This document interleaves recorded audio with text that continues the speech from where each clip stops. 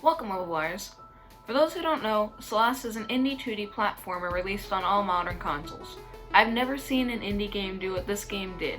It has gotten near-perfect reviews from critics, it competed in the Game Awards, set a new standard for all modern platforms, tells a great and engaging story about depression and anxiety for $20. I own this game on two of its platforms, PC and Switch. This video is the fourth time I'm beating the game, and probably not the last because of how fun it is to run through the entire game. Celeste starts you out with some very basic platforming. You play as the main protagonist, Madeline, whose main goal is to climb Celeste Mountain. In the first level, a bird teaches you the main two gimmicks of the game, climbing and double jumping. Climbing is a lot like Breath of the Wild, where you have a stamina bar that is regained by standing for a while, and your double jump will come back whenever you stand on a platform. It's a really basic mechanic, but the way the developers use this to their advantage is amazing. My favorite gameplay additions are the secrets and little details. Every time I play this game, I find something new. It could be a strawberry or the Pico 8 machine that plays the full prototype version of the game that looks like it should be running on an NES. None of the strawberries or secrets feel like filler.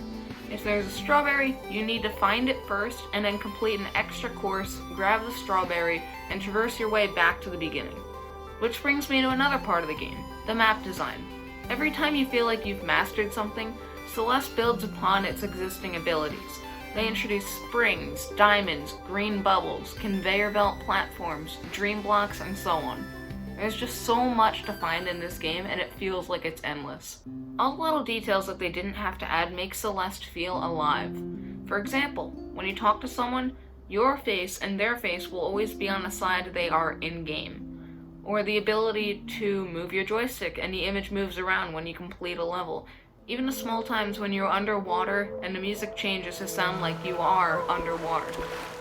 Even one where you have to float a feather in a box to calm down Madeline.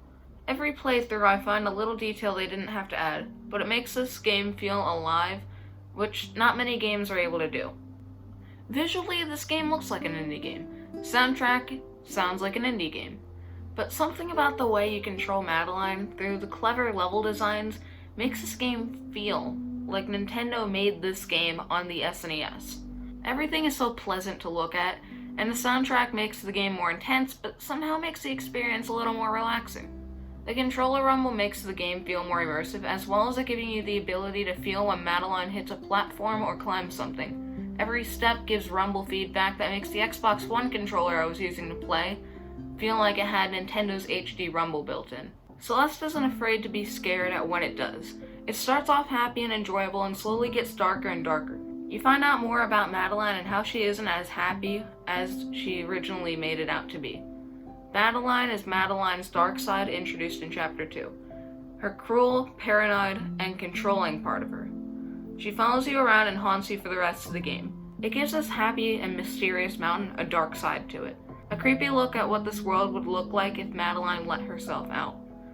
You get to learn more about Madeline and her backstory, which is always welcome for any kind of game with good characters. But the one thing that keeps me engaged in the story is the writing.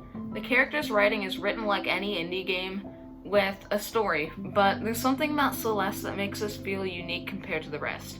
No matter what character you interact with, you get their personality from the first time you meet them. The characters' voices are like Animal Crossing characters, but with a Banjo-Kazooie tone for each emotion they are trying to represent, which really adds to the immersion of the game. The ability to stop talking or continue a conversation whenever you want makes them feel alive. It's very easy to feel like you know these characters on a personal level.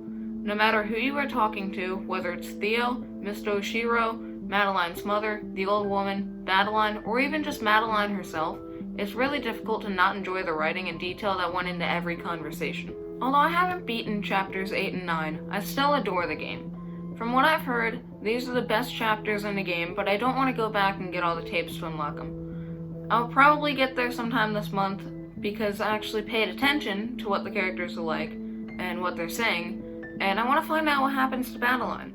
It's unusual for a game to grab me with the writing, and when I do, I constantly come back to it asking for more. I want to find out more about the characters, where they are from, what they want to do. I want some story to be had. And the fact that this game has captured me in reading, something I already hate, can say a lot about the effort and production value that went into this indie masterpiece.